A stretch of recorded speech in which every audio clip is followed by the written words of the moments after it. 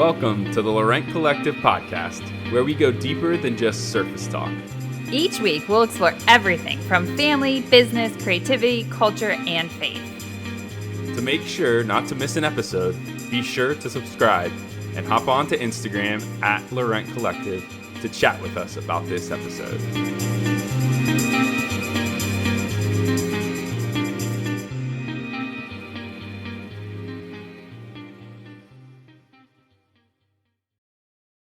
Do you work together with your spouse in a business, or has this past year of COVID had you at home with your spouse more? If so, today we're going to talk about some things we've learned over the years of working together and being in the same space a lot. Let's go.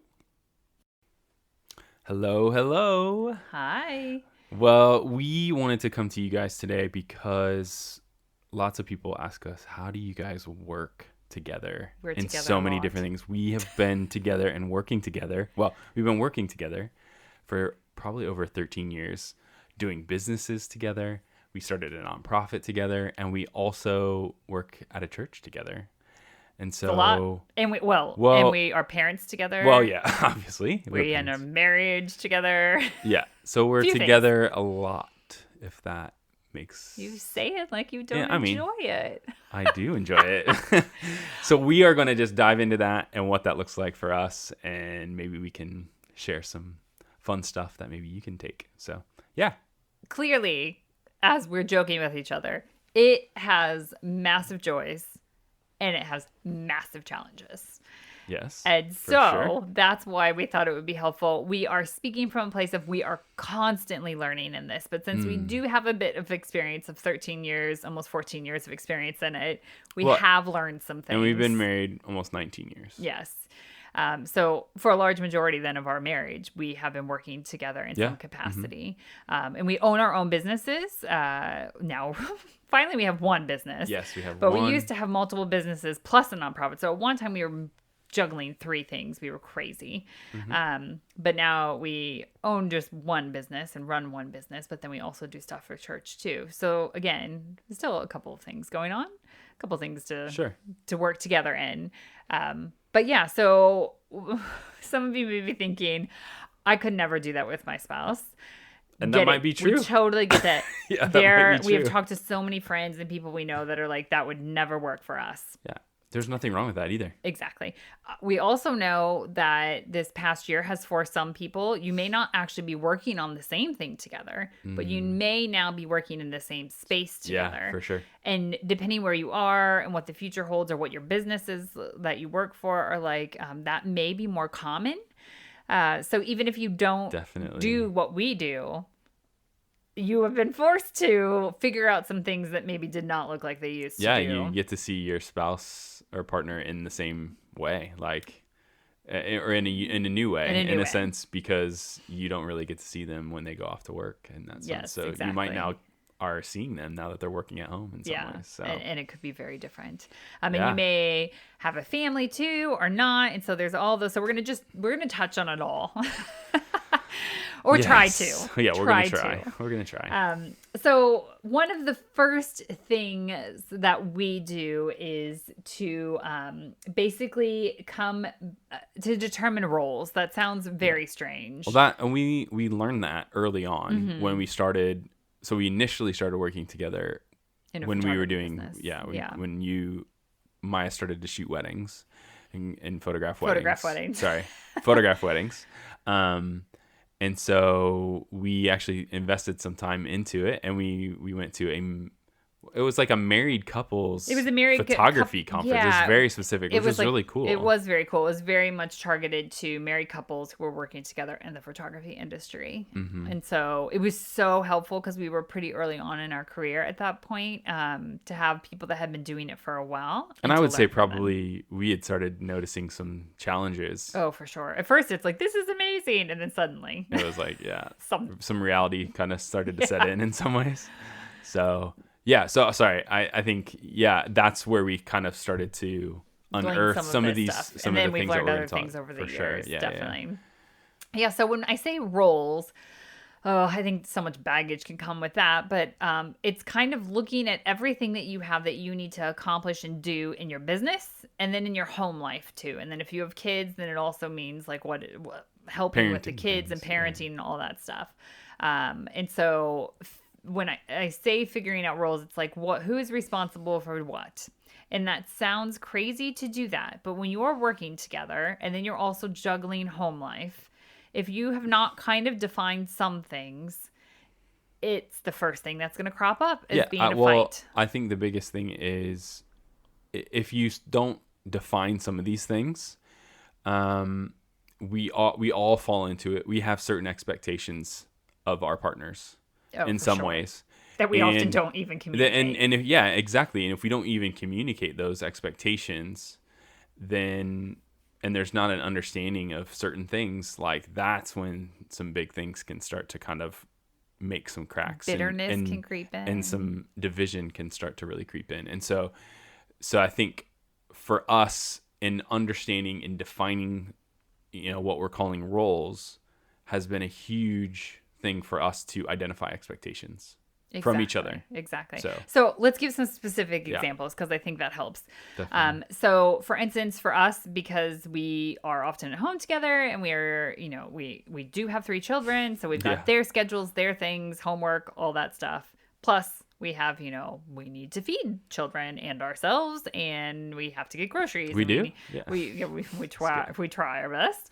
We have to get groceries. Sometimes the house needs cleaned. I mean, there's the rubbish needs taken out, like all of that stuff. And so it can be challenging to figure that stuff out. And so for us, I personally, I should say, realized like I felt like I was holding a lot of the weight for the home stuff, but then I was also doing the business stuff. And so that was then, I think it probably did end up in a fight. That was then a conversation that we had that I said, look, I am cooking the meals every single night of the week. I actually do enjoy cooking. So for me, it is kind of I say quiet time. The kids always are interrupting, but whatever. Sometimes. I try to keep them away. It's my time to like pop on a podcast or just have some quiet time to prep a meal. But it gets really old for me after a while too. And so even recently we've had this conversation again. So just because you have the conversation one time doesn't mean once you've defined some of these things doesn't mean it's all fixed and it's all great. Exactly. So just recently I said to Pat, like, look, because there's just we've been cooking a lot at home. We normally do anyways, but I said, can I just make it that on Thursday night we have breakfast for dinner and you just do that? Can you just be in charge of that? Because that gives me at least one night a week that I'm not thinking about getting food ready. And Pat was like, yes. Sometimes I come up with ideas like, the other night where we were like ordered in. Well, true. That's Pat's. Yes, Pat can cook. I can cook. I promise you. So that's an example or something. If you realize an irritation, I think it's good to sit with it for a little bit and ask yourself, why am I irritated in this? Mm-hmm. Am I am I holding too much of the weight, or is this just really not that big of a deal? And so like I tend to do the finances for both our home life and our business. And so I do them on Mondays. Block scheduling is a whole nother thing we could talk about another time. But the way I have things scheduled on Monday is when I do our finances. Pat knows it's not my favorite thing in the world. Well, no, knowing that it's not your favorite thing in the world, I try to do as much of the other stuff on that day because I know that is going to wipe you out for the day pretty much. Yeah, exactly. I mean, certain times I'm done within an hour and other times like end of the month and stuff like that, it takes a long time or tax prep and things like that. And so Pat knows that and he knows I'm working on that and that's something we've communicated. Yep. And I think back when we did the photography business, I generally was the one that was communicating with clients and stuff. And then you, at one point, before we hired somebody to do it, you were editing the photos and doing some more of the technical stuff. Yeah. Mm-hmm. And that was kind of clearly defined roles. Now in our business, Pat is the artist and creative. Yeah. And I am more I'm still creative, but I'm the one that's like writing things. Again, I am doing the client pieces of stuff, the planning, that kind of thing. And then you often sometimes still do some of the technical stuff too. Yes, definitely. So again, you don't know roles until you step into new things as well. Mm-hmm. And so you don't figure that out until you're in it. But again, and we'll get into in a minute, we'll talk about like how we look at our week, and that helps a lot with this too. for individual things. But just even something simple like who's making dinner this week, or who takes out the rubbish or trash. Exactly. Like just understanding those simple things, and understanding that expectation helps and keeps that bitterness away in some ways. And like we said, you have to keep coming back to this, and you have to keep readjusting. So there was a time in this past year that Pat was working on a book illustration project, and it was a super fast timeline. And so he said, look, I'm not going to be able to hold like my weight in some of this stuff because I'm going to have to work lots of long hours. Yep. And so that was a discussion. He knew right away, I'm not sure how I'm going to juggle all this. And then we had a conversation of, okay, that means I'm not going to be able to possibly get my normal workload done. And I'm going to have to take on some more of the home stuff. And this has been vice versa before when I've had something big going on and that kind of thing. And so that was super good for us to establish that and know that. And then as soon as it wrapped up, it was another discussion of, okay, that's done. What did we learn? Now, how do we readjust? And so it's a constant, you're going to go through different seasons and things like that. So it's not like you're sticking this stuff in stone and you're never readjusting it. Exactly. Super important. Yeah, for sure. So what is something that we have established? This took us a while to figure this out, of having our weekly meetings. Yeah, weekly meetings. We have weekly meetings. So actually, it actually has turned into 2 separate weekly meetings. Yes. So we have one that's personal, and it's focused on our marriage and us personally as a couple. And then we also, because we work together, we have the meeting about work stuff. So understanding expectations in both of those. And these meetings, this might sound over... they're scheduled. Organized, yeah.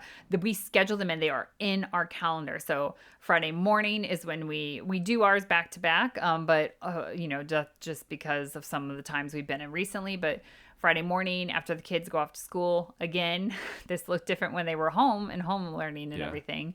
But the kids go off to school and stuff. Then we have a bit of a marriage check-in of just like, how are we doing relationship wise? And then we'll have a cup of tea and relax or go on a walk or something like that during that time. And then we'll sit down and look at the week that's coming up of like our family schedule. And when we say work, we're including family and home stuff in that too. Like our family schedule, what's coming up that way and like work stuff. But first let's talk to you about like what we do in the marriage. Yeah, I was going to say, it sounds weird to say marriage meeting. I don't know what else to call it. Marriage check-in. I mean, I think it's just deepening our relationship, really understanding what's going on and being open with each other. Because I think a lot of times we can get so caught up in the wave of busyness and life and just all that stuff that we just forget to just connect with our partners, like, and just forget about that, where we almost in some ways take advantage of it, like, and like just assume that they're just it's there. fine, and that kind of thing, where actually if you push into it and take the time and invest in it, that's when good things are gonna happen. And so I wanted to ask Mike, like, what are some of the specific things that we talk about in those meetings, because you I think maybe you've even heard it on a podcast or something that are just a great kind of backbone or foundation to our conversation in that. And if you wanted to share some of those. Yeah, definitely. Well, first of all, these questions are good for married couples and your partners if you are not even working together. So this would be a good thing to do no matter what. Second of all, I think I'm trying to figure out the best way to say it. Like, if you are working together and you're even in COVID times and stuff and how things have changed and you're seeing each other a lot, there's an assumption that you know these things. And what we found is that these questions helped us realize we don't know these things always. We just assume because we are somewhat communicating constantly and stuff like that. So we think we know. We're like 6 feet away from each other at all times. Exactly. So because our desks are really close to each other. But these questions have helped us realize that's not the case.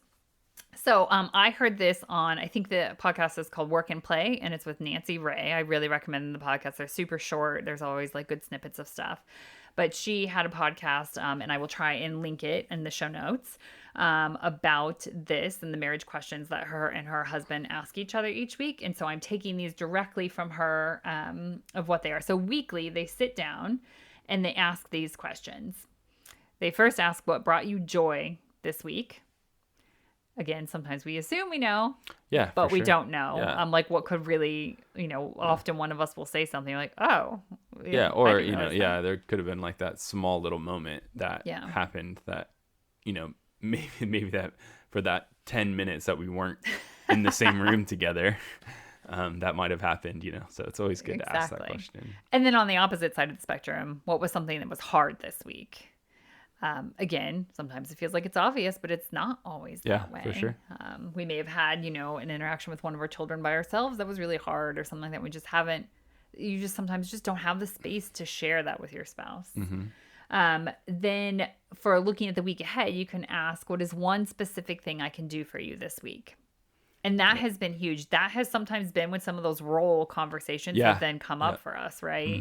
Of like, I'm feeling the burden of doing X, Y, Z. Yeah. I need help this week with that, or that kind of thing. Yeah. And I think the biggest thing with some of these questions is to be really present in the conversation. Yeah, don't be on your Instagram. Don't be on your Instagram or, just, I think, listening is such a big thing, and allowing the other, your partner, the other person, to really kind of share.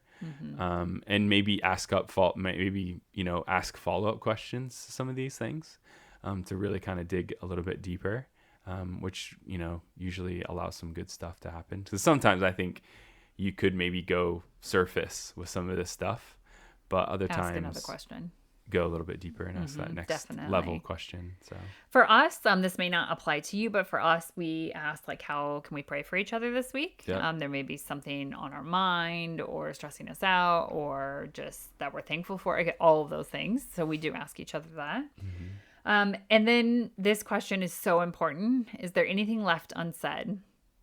That has been huge, because often, a great example will be that, we've had a challenge with one of our children. And so like a couple weeks ago, I brought that up and said, I think we need to talk about this further. And then that like had us talking about that and more in depth and things like that. And it came up, I think, when both of us asked what was something hard this week, but then for some reason we didn't ask follow-up questions. And so then leaving that of like, what is unsaid? And it doesn't always have to be something difficult. It can also be like, hey, thank you so much for like, I went on a walk with a friend, and when I came back, the whole house was clean. Thank you. Sometimes it's just those things that you you hinting at something? I mean, maybe. I think I have a walk scheduled Friday. Just saying. But sometimes it's just you haven't even taken the time to say thank you for something, or you thought, I should say thank you, and then life happens and you go on to the next thing. Exactly. So I think that's important too. And then this is a great one. What is a dream, desire, or thought on the forefront of your mind? Again, when you're seeing each other constantly, even when you're working in separate places and you're coming back together, evenings get caught up with meals and kids, or just trying to rest because you're exhausted from the day, or, those kinds of things, that you may not know what your partner's thinking as far as like, what are they dreaming about? Something might have sparked in the week or whatever that has really kind of grabbed their attention, and maybe there's something that you need to talk about together. So because that's how you determine like what's your purpose as a couple and things like that, is being aware of those things. Well, and I think too, is there some way that you can support each other in those dreams, and but if you don't know about them, if you don't talk about them, then how are you going to help each other push towards those? So you often hear, unfortunately, in marriages that are having difficult or something, we just were going separate ways because we didn't understand each other's like dreams and things like that. Like this is that check-in moment to share that. Yeah, definitely. And to be open with one another. Then how can you, as each other, help each other and support each other in it? And then not every week. You don't have to ask this every week. I guess this depends if you're like doing something that you're wanting to really work in these areas.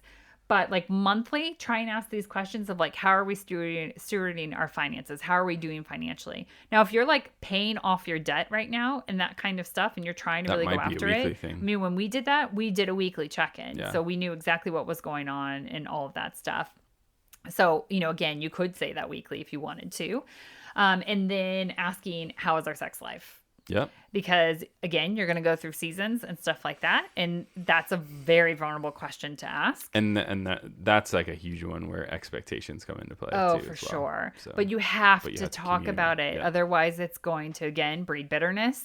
It's going to like just eat away at all the other stuff, and it's all of these questions I think are great. That I love that Nancy had them put together is because all those things will make a layer on top of a layer on top of a layer if you're not talking about these things and communicating, because then it all flows into one thing into another. Yep. And Definitely. everything. So those are marriage questions that we recommend. Just anyone can do those. You don't have to be working together to do those. Yeah, it's definitely. really good. That's yeah. And you don't have to schedule like 4 hours to have that conversation. No, how long would you, on average, maybe 20 minutes? 20 to 30 minutes. Like sometimes if we do a walk, we're walking for an hour. It doesn't mean we're talking about this stuff all the time. But there are times that then something has come up that we've realized we need to talk about this longer. And so it has been longer. But block yourself out 30 minutes to an hour to have that. And like figure out when is good for you. We do our on Fridays mornings because we are working at home. Our kids are off at school usually. And that is working for us. But like I know some people that do it like Sunday evening or that kind of thing. And like make it something like we have a cup of tea and we chat. Like you could have a glass of wine. I don't know what it is. Like make it create something. the setup so that that you're both in the moment. You're both present in that. And if you have little ones around, I know it can be really hard. Like our kids do understand. We have said this since they were little when we're having check-in time. Like mommy and daddy are having conversation right now. You're going to have to wait. Like that's easier said than done. I know if you have a newborn or something, but like they understand like, okay. And we're like, give us this amount of time or that kind of thing. So that takes time. And some days that doesn't work. Well, they still don't understand it. Definitely. They do and they don't. So then our work check-in. Yeah, what check-in. do we do with the work check-in? Yeah, so again, I think like Maya said, that's like a back-to-back meeting. So that comes after our That's just check-in. how we schedule it, though. Again, that's how we schedule it. And this does, really, it's dependent on if you're working together in a lot of ways. I mean, I guess you could still have this type of check-in about home life and to be understanding what is going on at each other's workplaces and things like that. And especially if that work from home thing is becoming more of a routine in your life now. For sure. Yeah. So you can kind of understand, if you've got, this person's got 3 Zoom calls today and whatever, so this definitely can probably apply, and it's more relatable now than ever with a lot of us working from home and in some ways. So our first thing is always we ask each other, what do we both have on our plate this week? So again, what are those things that we want to accomplish this week for the business? For us specifically, it's, certain things. And because I am more focused on the creative aspect and the actual artistic side of things for our business, a lot of times Maya, well, not a lot of times, she will create a list for me to go through because she is way more organized than I am. But I'll need you to do something before I can do something. Right, exactly. So there's a lot of stuff there's for a lot us, of things, depending what kind of business you have. So really just understanding what each other has on our plate, or even like, and even going into like, okay, I know you have the meeting this week, or I know you have this or whatever. So just again, understanding, what is happening helps again with more of understanding expectations of what things are going to get done and what aren't. And as well as, for us, that gets into pick up and drop off for kids and that all that kind of stuff. So if somebody had scheduled a meeting in the afternoon or whatever, then that other person potentially will have to go and get the kids and, things like that. So again, checking in, what is on the plate? What are things that we have to get done? And the next thing that we would go into is how can we help each other? What are some things that maybe I can do or create or find or research for Maya? And then, for Maya, it's always trying to figure out how can I relay whatever, we feel like we need to take that next step in our business to me, so then I can start working on that as well. So whatever we can help and lift each other up in that, that's kind of that. And then what needs are done now and what can be put off later. That's priorities. That's just understanding priorities. That's a really big one for me, because a lot of times I can get caught up in the shiny things And I will jump onto those, where Maya's really good at helping me go, okay, actually that can wait until 2 weeks. You don't need to start working on that. Actually, this is the thing that we need to get done this week. And so that's just really helpful to have that conversation. Because sometimes there's just a natural order to how things need to get done, and that kind of thing too. So that's important. It's important to talk through that. Or you can be both working on things and you think you're working together and you're actually doing something different. Yeah. And then what do you think about this last one? Are you doing things in your genius zone? Yeah, that is, I think we should talk about this more eventually, but that is, what is the thing that you feel really like you're doing it and it gives you life? Yeah. For Pat, that is obviously some kind of creating or drawing, sketching, whatever it may be. For me, that is writing and that kind of thing. And so if one of us for some reason hasn't done those things that week, or suddenly isn't doing that very often, then that is something we want to flag up and figure out, like, okay, how do we? And you may get to a point in your work, in your business, where you're able to hire somebody to do some of those things that are outside of that, that don't take your specialty in them, if that makes any sense. Yeah. So for instance, like when we had the photography business, we hired somebody to do the editing of the photos. I realized I didn't like it. I didn't want to do it. And it was Pat needed to do other things and help with other things where, and I needed to be the person establishing relationships with clients and taking the actual photos, but I didn't need to spend the time editing them. Yeah. And so, if that is the case that you're in, start a list of things that you could possibly hire somebody when you get to that point. But again, just how do we foster that so that you have some time to be in that genius zone kind of thing. And then I think, looking something we do that, I guess we tied this into our work one, but this again, even if you are a couple that don't work together, this is super important stuff to do, is to actually look at our schedule coming up the next week. Yeah. Mm-hmm. And so that could mean, the kids have this practice or they have swim lessons this day. Who's taking that day? What do you have on for work that day that maybe you, like you said, you can't. Like we were talking about, yeah. Or you can, or that kind of thing.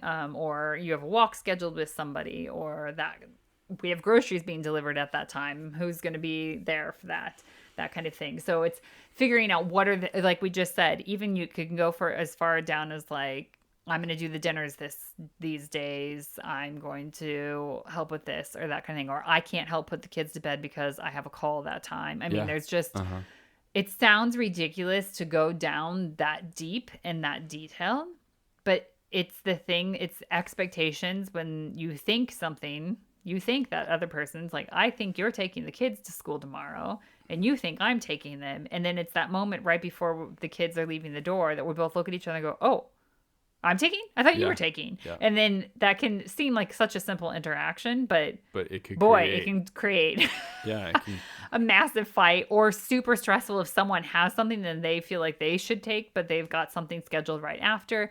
Again, it's just being in the know. It's over communicating. It's over communicating. It really is. It feels a bit ridiculous sometimes to sit down and go through that. Sometimes even when you look at your schedule too, you realize, oh my word, we overscheduled ourselves this week, and you learn from that. Yeah. You either can, you learn we need to be careful and we need to have more times where we block time out to just do nothing, to relax. So those are questions. And overall, even when you are doing the questions, you're still going to get into debates, shall we say? Debates, arguments, challenges, you name it. Roadblocks. Name it. Yeah, all of them. So we learned this a long time ago, is sometimes and I'll use myself as an example, but both of us are guilty of it. For sure. I'm holding something that I'm annoyed with. Like if I, for instance, asked Pat if he could do a couple things, and I'm waiting on him to do those things in order to do the next thing for it.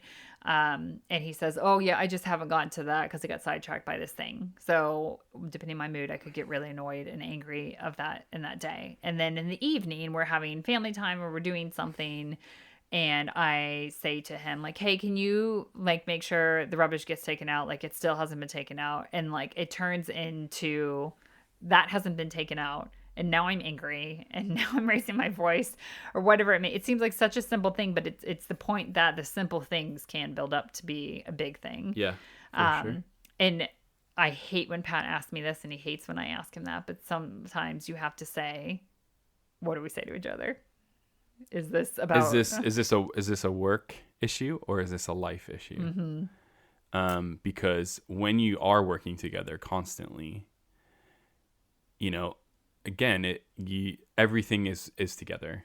As much as we try to separate certain things and certain tasks and certain things, it all flows together.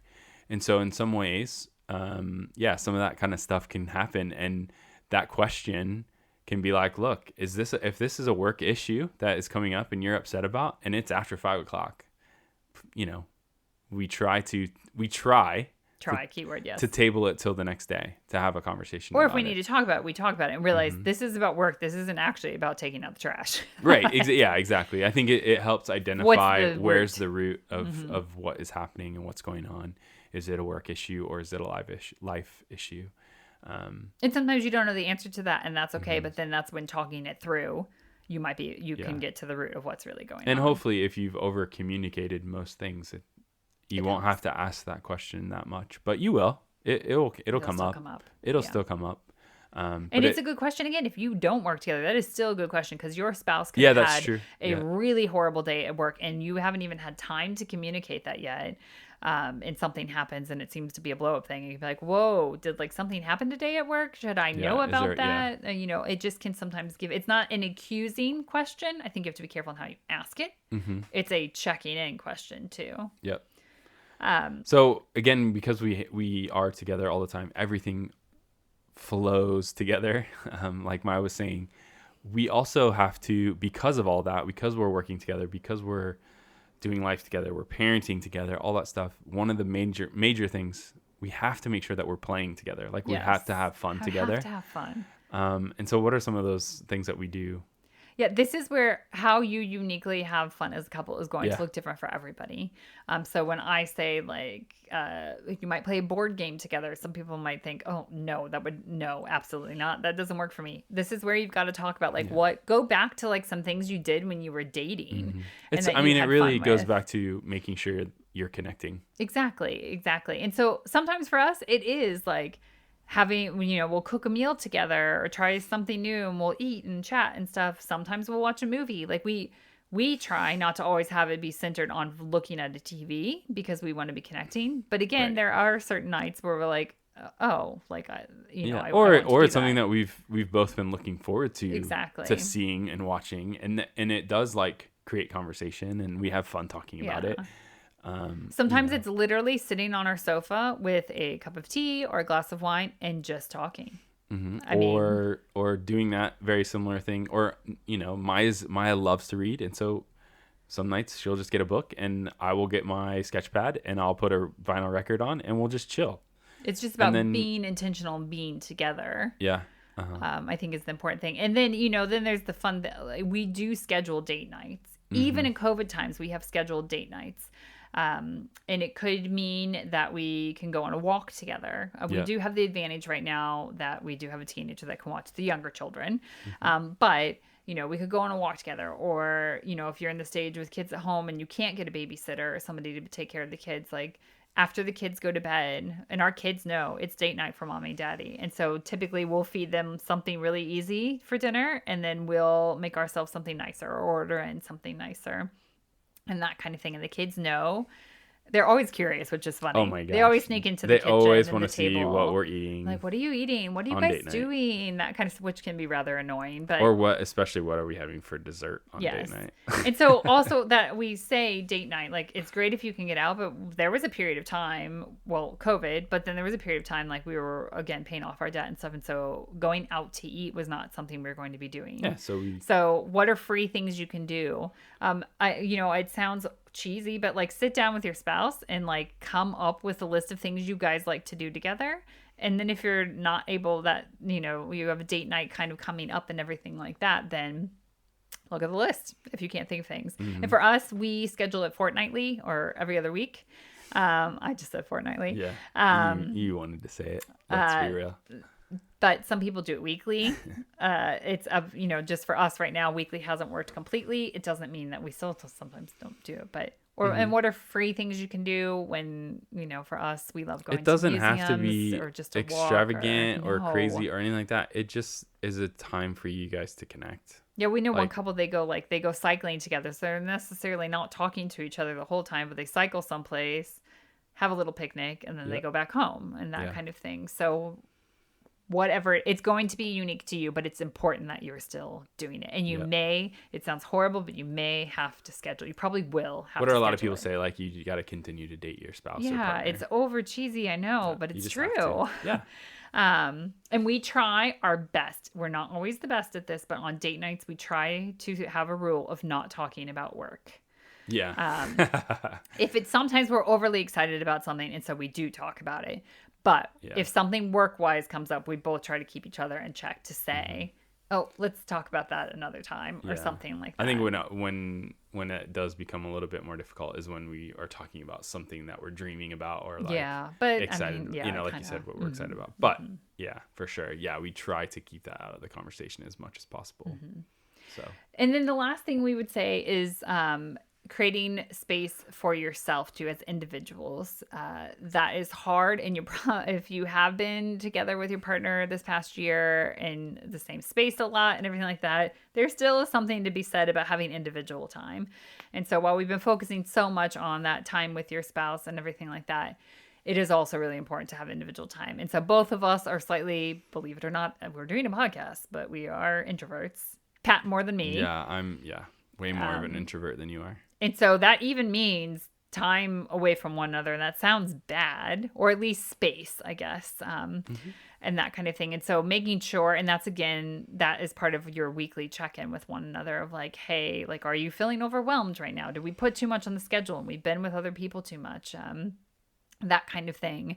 For me, it may be like, I just want to read in a room that's quiet with the door shut. So the kids leave me alone for a little bit and stuff like that. Like, as a mom, I can't even go to the toilet without kids being like, Mom, and wanting to come and talk to me. And so sometimes literally walk past me and go to you. And I'm like, hello, like, crazy. I was first in line. Mom is way over here. Like, there's no reason why you can't talk to me and ask me that. Yeah.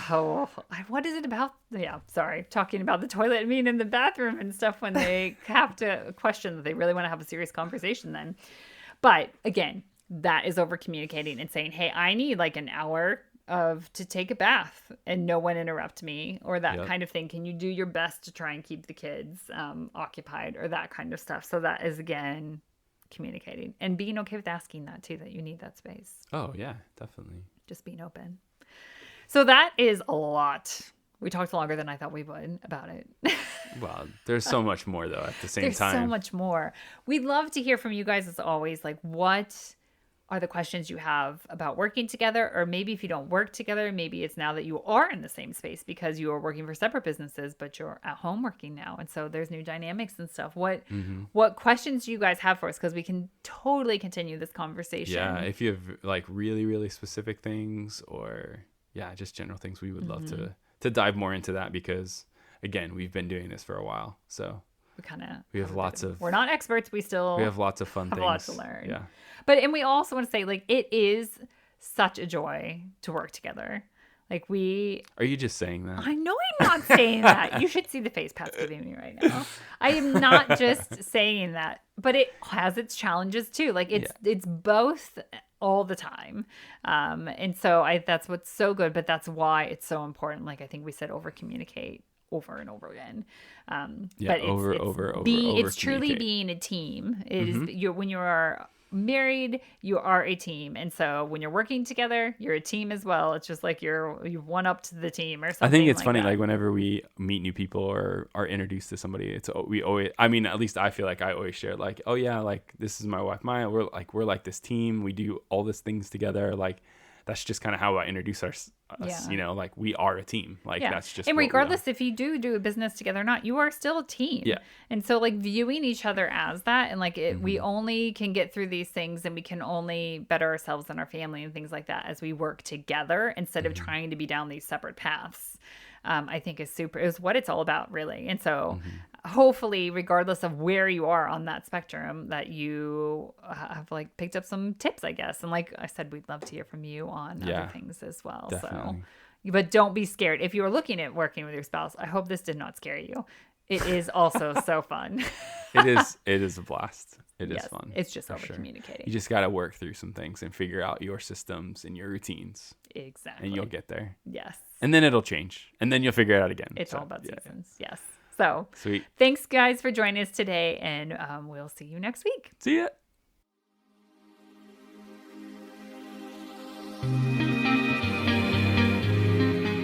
Thanks for joining us on today's episode of the Laurent Collective podcast. If you enjoyed today's podcast, be sure to subscribe and leave a review, which helps others find our podcast.